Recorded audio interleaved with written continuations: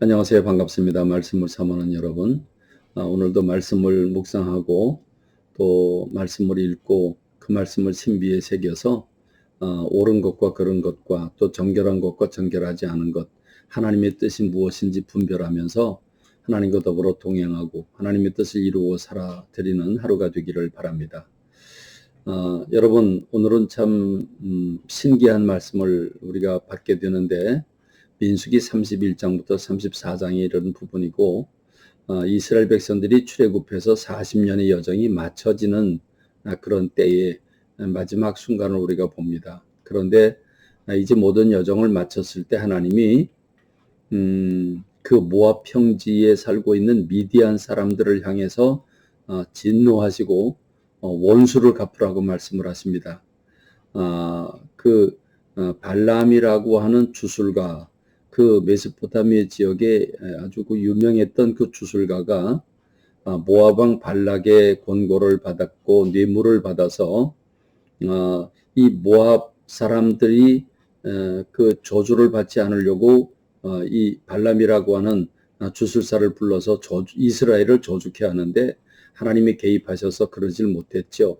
그러자 꾀를 발휘합니다. 이스라엘을 무너뜨리려면 여자들을 동원해라. 그래서 바알신을 우상을 섬길 때에 이스라엘 남자들을 초청을 했고 그들에게 향응을 제공하고 또 성을 제공을 합니다. 행음케 한 거지요. 그래서 우상 숭배하고 행음을 하게 함으로 말미암아 이스라엘을 혼란에 빠뜨렸습니다. 하나님이 진노하셔서 연병을 보내 24,000명이 죽지 않았습니까? 비누아스라고 하는 사람이 거룩한 분노를 일으켜서 멈추게 되는데, 이 사건을 하나님이 기억하시고 그 사건을 일으키게 한 그 미디안 사람들, 그 음행하게 한 그 원인을 제공한 미디안 사람들과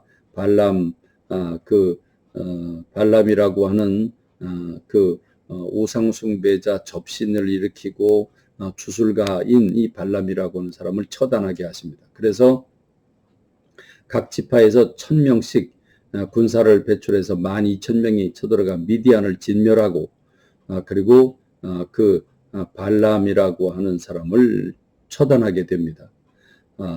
그러면서 모압 평지를 다 평정하게 되는데 승리를 하고 짐승들과 여자들을 다 데리고 오고 아이들을 끌고 옵니다. 그래서 모세가 진노를 하죠.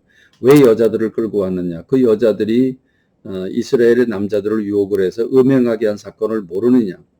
이 발람 선지의 유혹으로 말미암아 이스라엘을 무너뜨리게 한 사람이 여자들인데 왜 그들을 왔느냐고. 그래서 남자와 더불어 관계를 한 사람들을 다 죽이고 여자와 처녀들을 남겨두어서 종으로 부리는 일을 볼 수 있는데, 이 사건을 통해서 우리가 깨닫는 것은 하나님이 이 미디안 사람들, 모압 사람들을 하나님이 원수라고 부르고 계신다는 것입니다. 아말렉이라고 하는 사람들이 출애굽할 때 뒤에서 연약한 자들을 침으로 하나님이 이 아말렉을 대대의 원수로 선포하지 않으셨습니까? 마찬가지로 미디안 사람들을 원수라고 부르시고 원수를 갚으라고 말씀하십니다. 이렇게 하나님은 우리 믿는 사람들의 편이십니다. 우리 믿는 사람들을 향해서, 교회를 향해서, 믿는 사람들을 향해서 핍박하고 괴롭히는 사람들이 있는데, 여러분 주눅 들지 마십시오. 강하고 담대하십시오. 하나님 여러분 편이라고 하는 사실을 결코 잊지 않으시는 여러분 되시기 바랍니다. 담대한 가운데 그들에게 맞대응할 수 있는 저와 여러분 되기를 바랍니다. 특별히 모압과 이 미디안 사람들에게서 얻은 전리품, 철 종류는 다 불을 지나가게 하고 그 외의 것은 물을 지나가게 함으로써 정결케 하는 예식을 집례합니다. 그리고 전쟁을 해 사람을 죽였기 때문에 일주일 동안 진영 밖에서 격리를 하고 그리고 옷을 빨고 그리고 이제 진영 안으로 들어오게 하십니다. 하나님이 이렇게 청결을 엄청나게 소중하게 여기셨다는 것을 우리가 깨달을 수 있고, 또 전리품 가운데 50%는 전쟁에 참여한 사람들이 갔지만 50%는 전쟁에 참여하지 않은 레위 사람들과 이스라엘 백성들을 위해서 나눠주라고 하나님이 말씀하심으로써 공동체의 아름다운 분배의 모습을 우리가 모델로 볼 수 있습니다. 32장에는 이렇게 해서 얻은 아모리와 바산과 모압, 미디안, 평지를 다 정복한 그들에게 루벤 지파, 갓 지파, 므낫세 절반의 지파에게 땅을 분배를 해줍니다. 이들이 그 양과 소가 많아서 모세에게 특별 부탁을 했고 모세가 기쁘게 여겨서 그들에게 먼저 배려를 해줘서 땅을 나눠줍니다.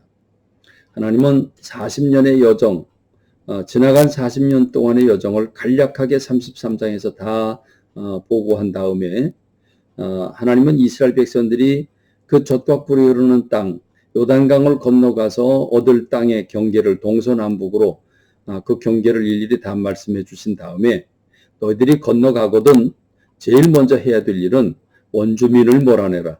그리고 그들의 우상 숭배하는 걸 다 파괴해라. 그래서 정결케 한 다음에 너희들이 그 땅에서 주님이 주신 복을 받고 누려라 라고 말씀하십니다. 너희가 만일 원주민들을 몰아내지 않으면 그들이 눈에 가시가 되겠고 옆구리에 찌르는 것이 될 것이라고 말씀하십니다. 이것은 또한 무슨 교훈이겠습니까? 오늘 저와 여러분들이 예수 그리스도를 통해서 구원받고 천국 백성이 되었지만 여전히 우리 안에는 원주민이 남아 있습니다. 죄성이 남아 있다는 거죠. 이 죄성이 우리를 자꾸 무너뜨립니다. 눈에 가시가 되고 옆구리에 찌르는 것이 됩니다.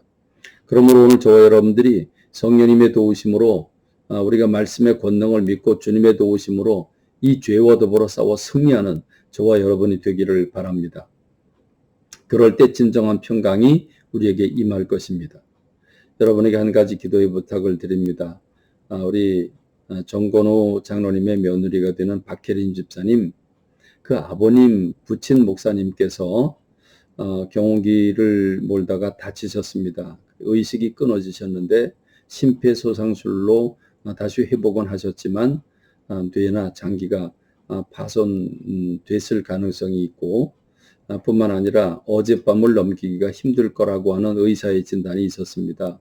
긴급하게 박혜린 집사의 기도 요청이 있었는데 여러분 부탁드립니다.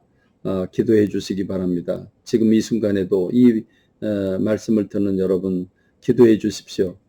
장기가 파손되지 아니하고 뇌가 손상되지 아니하고 소생하셔서 정말 그 평생 목회하느라고 고생하셨는데 노년에 주님이 주신 복을 받고 누리도록 회복시켜 주시기를 간곡하게 두 손 모아 기도해 주시기를 부탁드리겠습니다. 감사합니다. 말씀 맺습니다. 오늘 주 안에서 승리하시기 바랍니다.